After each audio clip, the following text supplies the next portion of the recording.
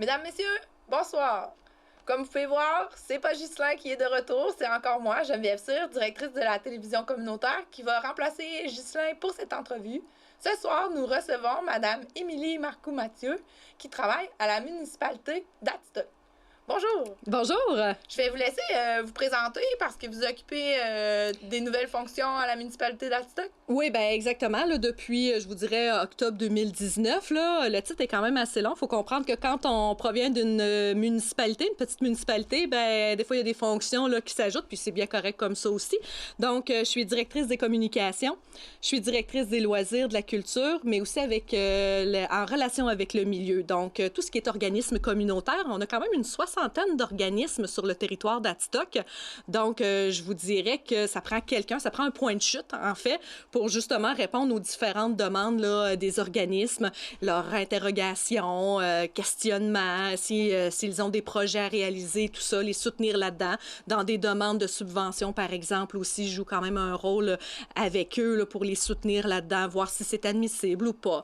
Donc, voilà. Donc, c'est en gros mon travail. Voilà. En résumé, on pourrait dire que vous êtes la porte d'entrée de la municipalité. Oui, excellente réflexion. Je suis la porte d'entrée par les communications. Donc, on sait qu'avec l'événement de la COVID, il y a eu beaucoup de questionnements de la part des citoyens. Faut comprendre que la municipalité d'Adstock a des citoyens permanents, mais en a aussi des saisonniers, environ 1500 saisonniers. Donc, tous ceux qui proviennent de Montréal m'ont tous appelé au mois de mars pour me demander est-ce que je peux aller à mon chalet. Donc, il a fallu gérer ça et tout ça. Donc, oui, je suis la porte d'entrée pour tout questionnement, toute question. Donc, à ce moment-là, puis après ça, ben, mon rôle, c'est de les diriger aux bons endroits, au bon département. Vous parlez de résidents saisonniers permanents, c'est qu'Adstock a une réalité un peu particulière. Pouvez-vous nous décrire un peu cette municipalité qui est née de fusion il y a quelques années? Ben oui, exactement. On est le 15 février. Hier, on célébrait notre 20e anniversaire de fusion. Donc, le 14 février 2001, on fusionnait les territoires de la municipalité d'Adstock. Donc, Saint-Méthode, Sacré-Cœur de Marie, Sainte-Anne-du-Lac à ce moment-là. Je dis pas Saint-Daniel, mais Saint-Daniel était avec Saint-Méthode. Donc, Saint-Daniel, il faut comprendre que c'est une paroisse. Donc, il était déjà avec Saint-Méthode. C'est pour ça que je parle de 3 secteurs à ce moment-là. Mais on comprend que Saint-Daniel a son secteur aussi, là, bien à lui, qui est très particulier. Donc, de ces 3 ou 4 secteurs-là, est née la municipalité d'Adstock. On est un territoire très, très, très distinct des autres. Tout d'abord, on a 6 lacs, donc, qui sont un peu répartis là, sur le territoire de la municipalité d'Adstock, ce qui fait en sorte que notre population passe de 2800 à 1500 de plus en saison estivale. Fait que moi, c'est pour ça que je parle tout le temps de haute saison et basse saison à la municipalité d'Adstock.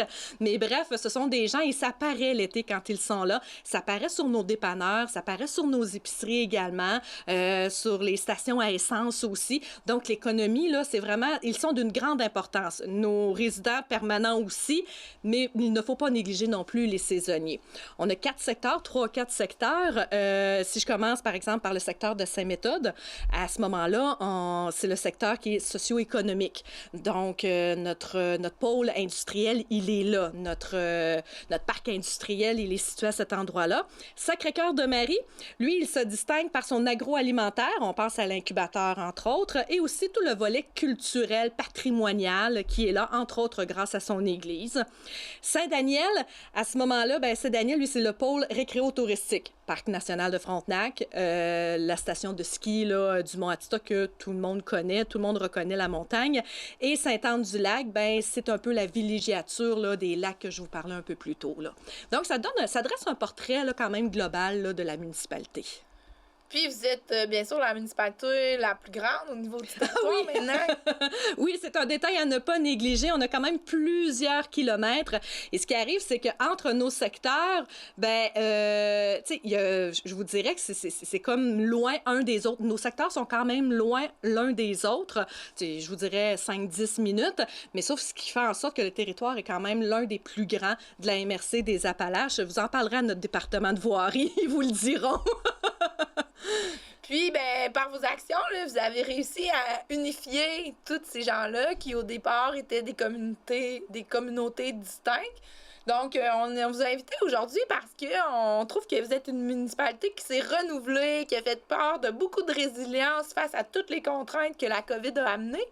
Puis surtout au niveau de votre service de loisirs, vous avez su trouver des idées merveilleuses pour animer vos communautés. Puis c'est pour ça qu'on vous invitait pour que vous puissiez un peu nous en parler. Ça a commencé en avril dernier, comme tout le monde. En avril dernier, on a été tous, je dirais pas surpris parce qu'on s'en attendait. On voyait qu'est-ce qui se passait dans le monde. À la mi-mars, M. Legault a annoncé les mesures de distanciation. Le Québec se mettait sur pause à ce moment-là. Donc, immédiatement, la municipalité d'Adstock a réagi. On a fermé l'accès à nos citoyens pour les établissements, bureaux municipaux, complexes sportifs également.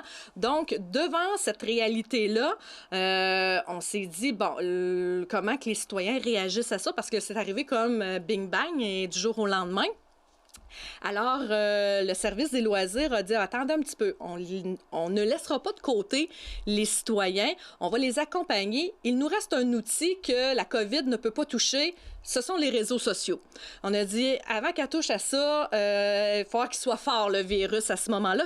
Donc, on s'est complètement tourné vers nos réseaux sociaux. On a une page Facebook des loisirs de la municipalité d'Adstock et on a commencé à mettre des activités quotidiennes à réaliser avec les enfants. Puis souvent, là, c'est les activités les plus simples qui connaissent le plus grand succès.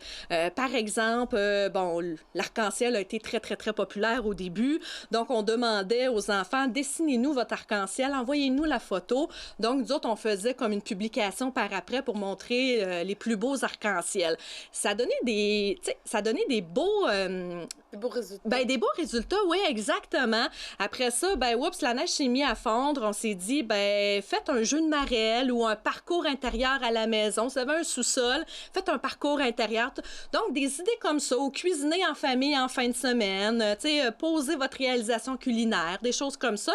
Donc, ça a occupé les gens à tous les jours. Puis à un moment donné, la réalité, je dis pas qu'elle est revenue à la normale, mais les mesures ont été assouplies et ça a permis de passer au travers de la première vague.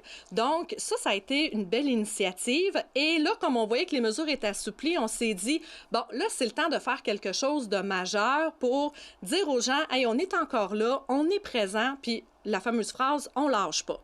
Donc, c'est là qu'on a eu l'idée d'organiser une parade avec quelques mascottes, des bénévoles qui étaient là, qui se sont prêtés au jeu. Et on a sillonné toutes les rues de la municipalité et de la municipalité d'Adstock, mais du grand territoire d'Adstock. Donc, du plus grand territoire de notre MRC. Exactement. Je vous dirais que ça prend à peu près 4 heures le faire. Ouais. C'est sûr qu'on roule pas très, très vite, là, mais bref, ça permet de vraiment bien connaître son territoire. Donc, cet événement-là est venu vraiment dire aux gens, on est encore là, on vous lâche pas. Puis, le service des loisirs est présent plus que jamais, même si on sent une certaine distanciation, on reste près de vous pareil à ce moment-là. Donc, ça venait apporter un baume un peu dans la vie des gens sur le quotidien. C'est ça, exactement. Un divertissement qui faisait du bien. On s'entend que c'était pas... Je veux pas dénigrer ce qu'on fait, au contraire, là, c'est pas ça que je veux dire, mais c'était pas la parade du siècle, là, mais... C'était juste le fait qu'on se promenait, qu'il y avait du bruit dehors, il y avait de la musique, les gens sortaient dehors, il faisait beau cette journée-là. Tu sais, juste ça, là, c'était tellement magique de voir les gens, justement, là, passer à autre chose, puis eux autres nous dire aussi, hey, nous autres aussi, on est là. Tu sais, c'est important, nous autres, de le démontrer, mais le recevoir également, c'est notre paye, en quelque sorte, là. Vous avez réussi à devenir des arcs-en-ciel, en fait. Oui, exactement. Exactement. Mais tu sais, ça, c'est le genre d'activité qui est possible non seulement grâce à l'équipe des loisirs, mais également au support des conseillers municipaux qui, je me rappelle, lors de cette parade-là, il y avait un conseiller municipal qui conduisait une camionnette, le maire qui était à l'avant, qui lui ouvrait la parade aussi. Donc, tout le monde s'implique, tout le monde embarque un peu dans notre trip. Puis, tu sais, c'est ce qui fait qu'on veut toujours avancer, puis on veut toujours se surpasser en idée à ce moment-là, là. Puis vous avez poursuivi sur cette lancée. On a poursuivi, mais je veux juste revenir sur la fameuse chasse de coco de Pâques du mois d'avril où on s'est reviré sur un dixaine, puis on s'est dit, il faut faire quelque chose pour souligner Pâques, c'est de valeur. Monsieur Legault a dit que Jeannot Lapin était correct, était immunisé, pouvait passer. À ce moment-là, donc on a dit, on va faire une chasse au coco de Pâques, mais en voiture, parce qu'à ce moment-là, les gens ne pouvaient pas sortir non plus en groupe. Alors, on a affiché des cocos de Pâques un peu partout, dans les vitrines de commerce, dans les vitrines d'établissements. Et je vous dirais que, tu sais, des fois, c'est les idées les plus simples qui fonctionnent. Là. On avait eu 175 inscriptions, là, parce que les gens devaient s'inscrire pour dire « Hey, on a trouvé les cocos, un tel était à telle place et tout ça. » Quand on a vu ça, on a dit, OK, on tient quelque chose. Fait que oui, ça nous a donné l'idée pour la parade, puis oui, ça nous a donné l'idée pour faire d'autres activités. Cet été, on a fait les spectacles sur l'eau, parce que je le mentionnais un peu plus tôt, on a des lacs sur notre territoire, donc on a une réalité aussi de desservir les riverains. Donc, on a organisé des spectacles sur l'eau qui ont connu un grand succès. Fait qu'encore là, on avait la distanciation qui était permise, on était correct. C'est de se renouveler dans qu'est-ce qui se fait déjà, mais comment qu'on peut le faire autrement. C'est toujours se poser cette question-là. Puis est arrivé l'Halloween. Donc, l'Halloween, oui, on peut passer l'Halloween, mais avec une distance de 2 mètres. Donc, on a quelqu'un à la municipalité d'Adstock qui a organisé une espèce de tube de 2 mètres où on mettait les bonbons dans le tube. Puis, à ce moment-là, les bonbons tombaient au bout du tube et l'enfant ramassait les bonbons. Donc, et on a fait des défis là, pendant les semaines avant pour permettre aux gens, justement, là, de se familiariser avec l'Halloween. Et la fête de Noël, ben on a reproduit la parade. Mais cette fois-ci, moi, je ne voulais pas la faire de jour, je voulais la faire de soir. Donc, ça a amené un autre défi parce que la municipalité n'avait pas nécessairement suffisamment de lumière pour accrocher après les camionnettes. On a lancé un appel à la population et vous devriez voir toutes les décorations de Noël que j'ai eues. J'ai un local là, au complexe sportif. Il est rempli. Donc, merci beaucoup à la population d'Adstock qui ont fait en sorte que cette parade-là a pu avoir lieu parce que ces gens-là sont venus porter des lumières, des sapins, des couronnes de Noël, peu importe. Puis nous, on a pu décorer des camionnettes avec ça. Puis ça fait le bonheur des enfants à ce moment-là. Puis c'est des décorations qu'on va pouvoir récupérer là, pour les années suivantes. C'est donné, là. Donné. Fait que donc, un immense merci parce que cette activité-là, j'aurais pas pu la tenir sans cet important don-là. Et pour souligner la fête de Noël, je terminerai là-dessus, on avait créé un cahier de l'Avent, mais virtuel. Donc, à chaque jour, l'enfant devait ouvrir une porte sur la page Facebook de la municipalité. Il y avait un défi, il devait répondre au défi, envoyer la photo. Puis à la fin, bien, il pouvait gagner des cadeaux de Noël là, qu'on avait enveloppés. Wow! Oui, ben, ça fait le tour pas mal là, de qu'est-ce qu'on a réalisé. Moi, là. Ce qui m'impressionne, c'est comment vous réussissez à faire tout ça avec une petite équipe parce que vous n'êtes pas tant d'employés. Ben non, au loisir, bon, oui, il y a moi en tant que directrice, mais il y a aussi le responsable des loisirs et de l'événementiel qui est Xavier Nadeau-Tardy, qui lui est arrivé pendant la première crise, pendant la première vague. Donc lui, là, il est arrivé, puis go, on commence, là. Tu sais, j'ai eu le temps d'y montrer un petit peu, puis on est en télétravail, fait que Xavier et moi, on s'est connus, je vous dirais, pas mal plus cet été quand on a pu revenir au bureau. Mais sinon, on s'est rencontrés virtuellement, puis on faisait nos affaires, là, chacun chez soi, puis on se donnait des comptes rendus. Mais, tu sais, ça prend une équipe pour faire tout ça. Tu sais, on a beau arriver avec les idées, mais, tu sais, si on n'a pas de responsable des loisirs pour dire, hey, go, oui, on embarque, si on n'a pas un conseil municipal qui dit, on vous fait confiance, ben on peut pas avancer à ce moment-là. Puis aussi, ben un maire que, tu sais, il veut participer à toutes les activités. Donc, à ce moment-là, ben, c'est ce qui fait la force de tout ça. Puis des bénévoles, bien sûr. Là, la municipalité compte des centaines et des centaines de bénévoles. Donc, sans eux, on ne pourrait pas tout réaliser ça, là. Puis vous avez aussi des belles installations, comme votre centre. Bien, le complexe sportif qui est dans le secteur de Saint-Méthode, qui est vraiment très complet. À l'intérieur, on a un gymnase, on a une patinoire, on a une bibliothèque municipale, on a des salles également qui peuvent être louées en temps normal, je vous dirais. Mais, tu sais, on a d'autres infrastructures aussi. À Sacré-Cœur-de-Marie, il y a le centre intergénérationnel. À l'intérieur, on a un centre de conditionnement physique qui a été mis sur pied par le comité des loisirs de Sacré-Cœur-de-Marie. Il n'est pas fonctionnel au moment qu'on se parle, en raison, bien sûr, des mesures de distanciation, mais c'est une autre belle infrastructure que nous avons là à Sacré-Cœur et qui abrite aussi le dépanneur du coin, la station essence. Donc, je vous dirais que sur chaque secteur, on a quand même là, des infrastructures pour répondre aux besoins. Et ça, c'est sans compter les nouvelles patinoires extérieures qui sont accessibles là, depuis cette année à Saint-Daniel, où que la patinoire est carrément flambant neuve, et celle de Sacré-Cœur aussi, là, Sacré-Cœur-de-Marie. Donc, on essaie de répondre là, justement là, aux besoins de tout le monde. Puis vous êtes une municipalité où les groupes communautaires sont encore très actifs, qui eux-mêmes habituellement offrent plusieurs activités. Ben oui, exactement. Mais vous comprendrez que tout ce qui est brunch et souper et tout ça, ben c'est mis sur la glace comme dans n'importe quelle autre municipalité ou ville. Mais effectivement, on a des groupes qui sont vraiment... Puis c'est ce qui fait la force d'une municipalité puis d'une communauté comme celle-là, c'est que chacun a ses forces, chaque organisme a ses forces. Et ce qui fait que ça amène une diversité dans cette population-là. Et ce qui fait qu'on réussit à se démarquer vis-à-vis les autres aussi. Tu sais, le but, c'est pas de jouer au plus fort non plus, mais c'est de se démarquer pour dire, regardez, nous autres, on est comme ça. Tu sais, on est peut-être différents, on est peut-être plus petits, mais on est capable d'arriver à d'autres choses, puis on est capable de satisfaire nos citoyens aussi, puis de les diversifier aussi, puis de leur donner des services.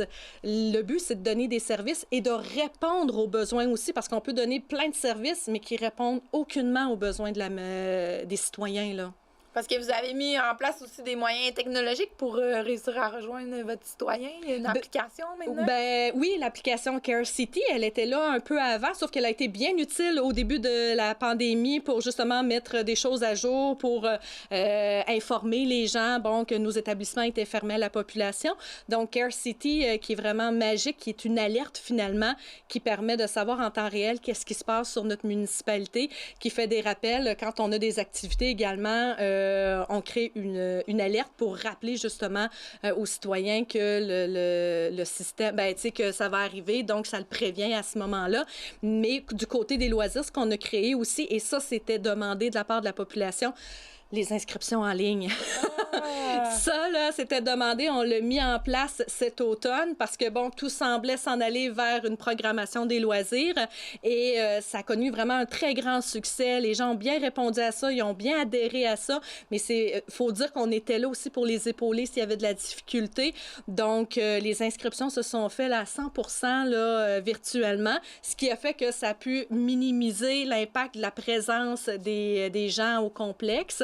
Et lorsque la crise est arrivée, qu'on a dû arrêter à ce moment-là la programmation, il y a un cours qui a pu poursuivre ces activités, c'est le cours de danse. Donc, c'est une initiative du professeur qui est en place à ce moment-là, qui a dit « Hey, moi, j'aimerais ça continuer quand même. » Bon, je dois vous avouer que j'avais pas beaucoup d'espérance, là, mais j'ai dit « Bon, elle veut continuer, c'est correct. » Puis, écoutez, les gens, ben, les jeunes filles, ils ont continué leur cours jusqu'à la fin de la session via Zoom. Okay. Donc, ouais, ils ont continué via la plateforme Zoom. Donc, ce qui a fait en sorte que ça a amené une autre diversité, puis ça a permis aux jeunes de pouvoir bouger à ce moment-là. Mais au moins, chacune pouvait danser chez elle de façon exactement, sécuritaire. Dans son salon, puis les parents pouvaient les voir à ce moment-là. Fait que donc, c'était... Mais tu sais, c'est ça, c'est de trouver des moyens pour se tourner de bord, puis de voir que les gens aussi essaient de trouver des moyens pour se tourner de bord. La semaine de relâche arrive à grands pas. Immédiatement, nous, on a commencé à travailler là, une semaine de relâche virtuelle à ce moment-là. Donc, la semaine de relâche va être virtuelle. Via la page Facebook des loisirs, les gens vont pouvoir se procurer un coffret qu'ils vont venir chercher au complexe. On va les remettre en respectant les mesures de distanciation. Dans ce coffret-là, il va y avoir tout l'équipement pour faire les activités à tous les jours de la semaine de relâche. Donc, voilà, c'est à surveiller via notre page Facebook. Fait que vous venez de soulager plusieurs parents de votre municipalité. C'est sûr qu'on ne pourra pas tenir de terrain de jeu physique, mais on tenait quand même à accompagner les jeunes, tu sais, au moins qu'il y ait une activité par jour à faire à la maison. Donc, avec le petit coffret, ben, ils vont pouvoir prendre les outils nécessaires par rapport à l'activité et réaliser l'activité qui va être proposée. Là, vous parlez beaucoup des services à vos citoyens, mais moi, comme résidente d'une autre municipalité, est-ce que je peux avoir accès à ces services-là? Bien, quand on parle des services de loisirs, donc, par exemple, patinage, gymnase et tout ça, il n'y a aucun problème. Nous, on est là pour répondre à un besoin de communauté. Oui, c'est sûr que nos citoyens sont notre première préoccupation, mais si on a des résidents de d'autres localités qui veulent venir, par exemple, patiner à notre complexe sportif, il n'y a aucun problème. En temps de pandémie, avant les fêtes, jusqu'à tout récemment, quand on pouvait louer la glace, ben on avait diminué le tarif de la glace pour prioriser, ben pas pour prioriser, mais pour donner la chance aux gens de bouger. Et les résidents d'une autre municipalité avaient un coût minime à défrayer, mais c'était dérisoire, là, tu sais. Donc, ce qui fait que, oui, on a eu des locations de Kenner's Mills, de Saint-Jacques-de-Lise, de Sainte-Clotilde, de Thetford Mines aussi. Et c'est correct parce qu'en tant que municipalité ou en tant que communauté, on a un devoir envers nos citoyens, oui, mais on a un devoir de communauté d'ensemble. Et l'ensemble, c'est la MRC des Appalaches à ce moment-là. Donc, on doit voir plus grand que nos limites de territoire à ce moment-là. Puis comment on fait pour vous rejoindre si on a vraiment besoin d'avoir plus d'informations sur les activités ou la porte d'entrée de la MRC? Donc, ben, peut-être pas de la MRC, mais de la municipalité d'Adstock. Écoutez, pour entrer en contact avec moi, là, c'est sûr que là, on est en phase télétravail et tout ça, mais je vous dirais que le meilleur moyen demeure le courriel communication@adstock.ca. Donc, c'est le meilleur moyen pour entrer en communication avec moi. Puis, si ça concerne les loisirs, je vais transférer le courriel à Xavier, le responsable des loisirs. Si ça concerne les communications, oui, je vais répondre, il n'y a pas de problème. Mais je réponds à tous les courriels, il n'y a aucun problème, là. Puis vous avez une nouvelle personne là, qui vient de s'ajouter à votre équipe de loisirs? Ben oui, c'est vrai. Hey, pauvre lui, hein, tout un stage. On a un nouveau stagiaire, il va être avec nous jusqu'au mois d'août. Donc, Alex Simoneau, c'est un résident d'Adstock. Donc, il étudie présentement là, en loisirs, baccalauréat en loisirs. Et donc, il a commencé là, après les fêtes. Il vit une situation particulière en raison de la COVID, mais sauf que ça l'oblige à justement de voir une autre façon de faire les loisirs et tout ça. Mais il est son aide est vraiment précieuse. Donc, oui, c'est vrai, j'allais l'oublier, je m'en veux. Donc, mais merci de me l'avoir rappelé. Donc, si les gens ont pu constater votre dynamisme et ont envie d'en apprendre un peu plus sur la municipalité, il y a un projet que vous avez fait avec Nous TV qui s'appelle Une Adstock de belle place. C'est une émission télévisuelle où c'est toi qui es à la barre de l'animation? Oui, c'est ça. On a comme ramené mes anciennes amours un peu. Donc, comme j'ai déjà fait de la télé dans une autre vie, on a soumis ce projet-là parce que je me suis rendu compte lorsque je suis arrivée en poste chez pas chez Cogeco, mais à la municipalité d'Adstock, je me suis rendu compte qu'on avait plus qu'une montagne. Les gens parlent, oui, de la montagne, puis c'est correct, le mont Adstock, mais il y a autre chose que ça, puis il y a beaucoup de choses aussi dont les gens ignorent. Et c'est là qu'est venue l'idée d'une Adstock de belle place, donc en partenariat avec Cogeco qui diffuse sur la même chaîne que vous. Donc, on a établi un concept et une fois par mois, donc il y a un petit 15 minutes qui est consacré soit aux citoyens qui se démarquent dans la communauté, soit aux organismes ou encore les entreprises là, qui connaissent de grands succès parce qu'on a quand même des fleurons, là, ne serait-ce que la boulangerie Saint-Méthode ou encore Bercomac. Donc, c'est quand même des fleurons qui sont importants là, sur le territoire d'Adstock. Mais bref, je vous invite à regarder cette émission-là. La prochaine sera diffusée le 17 février à 18h30. Et vous pouvez suivre également les émissions via la page Facebook de la municipalité d'Adstock ou encore sur le site internet www.adstock.ca. Bien, on vous invite à en apprendre plus sur cette municipalité dynamique et de bien sûr aller liker leur page Facebook. Ah, ben oui. Puis je te remercie d'être venu nous parler là, avec autant de passion de la municipalité et je vous souhaite tout plein de projets pour l'année à venir. Merci beaucoup. Merci. Mesdames et messieurs, merci d'avoir été parmi nous. J'espère que vous en avez appris davantage sur la municipalité d'Adstock et je vous dis à la prochaine.